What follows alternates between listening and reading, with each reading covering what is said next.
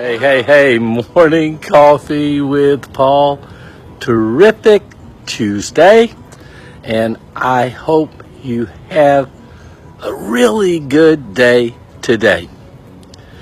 So, May 13th, I had a little interruption to my plans.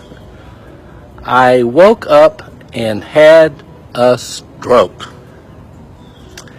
And consequently, I had aphasia.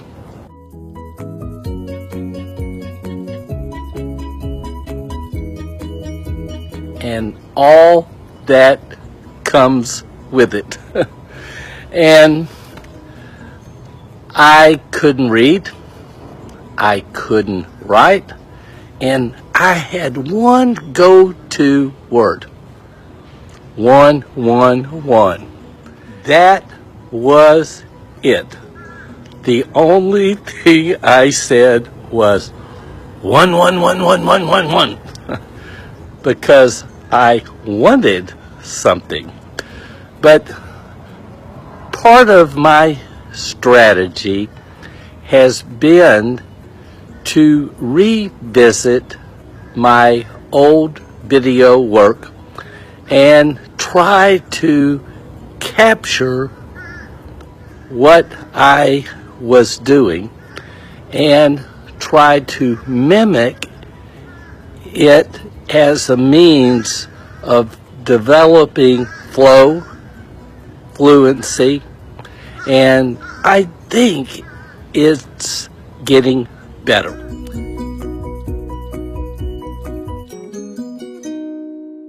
One of my favorite classes to instruct. I love teaching people to communicate. I didn't have any idea that I would start all over at age 61. I was out of order.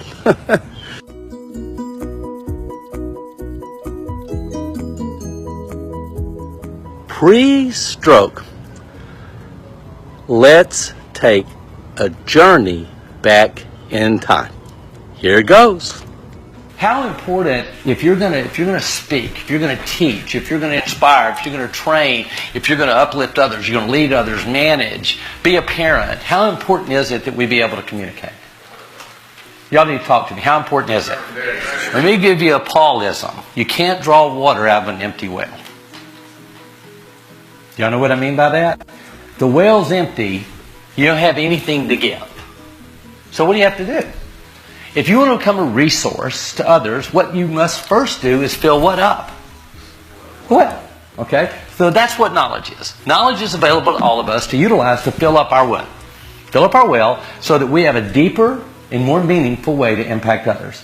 So what I want you to put in the cloud, the very top cloud, is I want you to put, once upon a time, there was a story. Just write that in that cloud in big letters.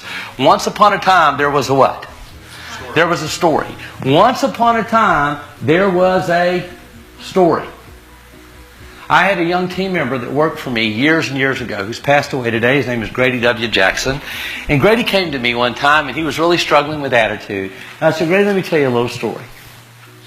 Years ago, I was talking with my grandfather, and he told me the single greatest thing a person will ever learn about attitude is that you have to have a good feeling about yourself. That nobody can like or love you more than you like or love yourself. And Grady, what he did is he sat down with me and he asked me to take out a note card and write the 5 things about me that I really liked about Paul Cummings. And he wanted me to carry those with me. And anytime someone tried to claw at me or pull at me or tear me down or tell me I wasn't worthy or destroy my attitude with their negative attitude, just take that card out and read it and become the president of my own fan club. Because if I liked myself, I would find it easier to maintain a positive attitude. So that was the story someone shared with me, and a bit I went through that I then shared with who? With Grady. It was a once upon a time story. Because that's what had happened. Once upon a time I was with my grandfather, and that happened. But that story impacted Grady. Grady told that story to others, and it just kept on. Does that make sense? It's the ripple effect of knowledge transfer. That's what it is. So I want you to think about it. There was a gentleman that worked in New York City. He's an avid runner. He liked the marathon side of life. He liked triathletic types of environments. So he worked out every single day. He was in the hedge fund business. And fortunately, he had a big office. So he would get up every morning about 6 a.m. in his workout clothes. And he lived outside the city. And he would make that 10-mile journey running because he kept his suits at work. He'd get there, he'd shower, get dressed for work. Beautiful spring morning during the time of the year in New York City when spring break was going on. And he was running like he always did. But that morning his headphones, his buds weren't working. So he had a little bit different, kind of ambient noise in his ears than he was used to. And all of a sudden he heard this crazy thing. He heard this little enthusiastic voice saying, "Puppy for sale, $5. What in the world? And he kept hearing it over and over again. And the closer he got to the sound, the more he realized that this was a really, really young child. And he's thinking to himself, first of all, who's outside selling a puppy? What kind of puppy can it be for $5? And because he was a dad, he got very curious. So he ran to the sound of the little boy's voice. He kept hearing it, "Puppy for sale, $5. And he gets there, and there's this little boy holding a sign up like this. He's standing in front of these brownstones, and he's screaming over and over again. And he stopped me and he said, "How you doing this morning, son?" He said, "Well, I'm doing really, really good, sir. Why do you ask?" He said, "Well, I couldn't help but notice that you were screaming, 'Puppy for sale, $5. Where's your puppy?'" He said, "Well, sir," he said, "you don't understand. This is the ugliest dog God ever made. In fact, my parents told me I had a better chance selling this puppy sight unseen. So I have him back there in this little box with holes in it because that way I can sell my puppy." And the guy said, "Son, listen, I'm a salesman." He said, "You got this all wrong." He said, "This is what you need to do. You need to take that little puppy home. You need to get your mom's shampoo out, the cream rinse, conditioner. You need to bathe that puppy.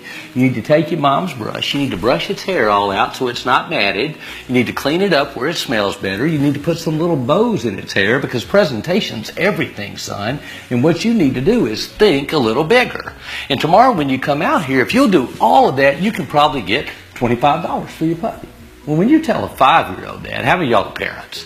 You understand what I'm saying, right? We just big, wide-eyed curiosity. Children are that way. He said, "Do you really think I can get $25? He said, "I guarantee you, I'm a salesman. Listen to me, son. I sell every single day. It's presentation.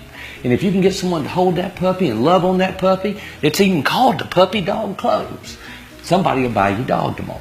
He said, "Gotcha." So he picks up his box, takes his sign, and off he goes. Next morning, man's running to work just like he always does. Purposely leaves the earbuds out this time, listening for the sound of the little boy, and this is what he hears. "World's greatest puppy for sale, $10,000. And he goes, "Oh no."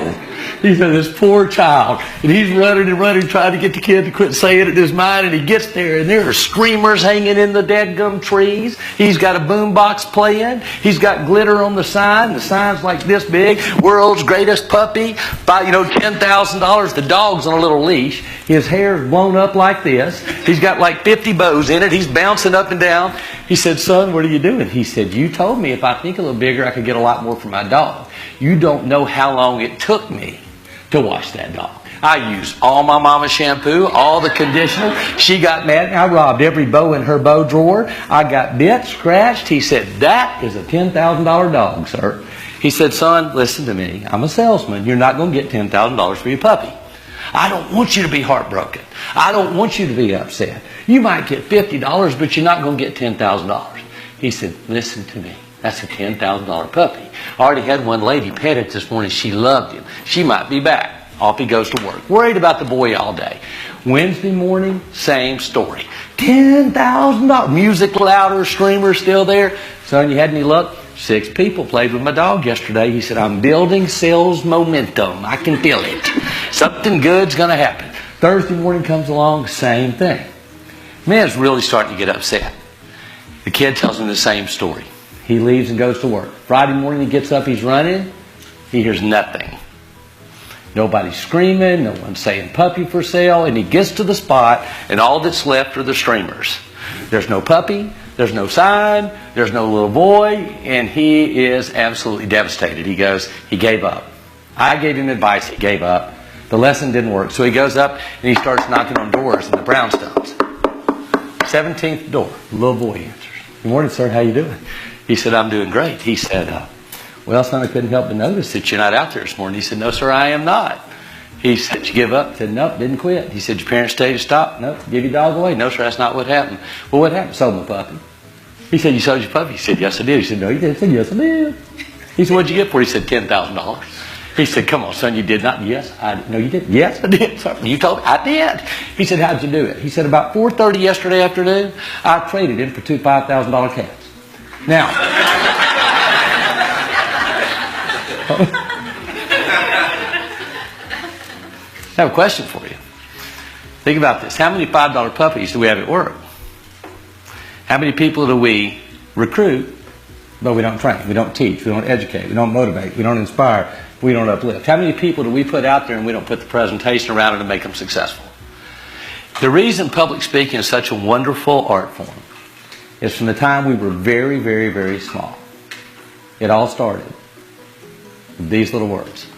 And it captured our attention, and it activated our mind, and it took us on a journey, and it started like this. Once upon a time. Right? Once upon a time. Every one of you have heard them. You've read it to your own children too. And they get excited and they scoot up closer to you because stories engage people, don't they? Yes or no? They move people. They inspire people. So I always talk to leaders, what's your story development process? And they look at me like I'm crazy. You're one great story away from turning a career around. You're one great story away from inspiring someone. You're one great story away from recruiting the person you never thought you could get. You're one great story away from revolutionizing a city. You're one great story away from changing education. You're one great story away, one great speech away from righting a wrong, like Dr. King did. I hope you enjoyed that class on the power of communication. I hope you have a really nice day today, a level 10 day, and be kind. We could use a lot more of that in this world we're living in today. Be kind. Bye.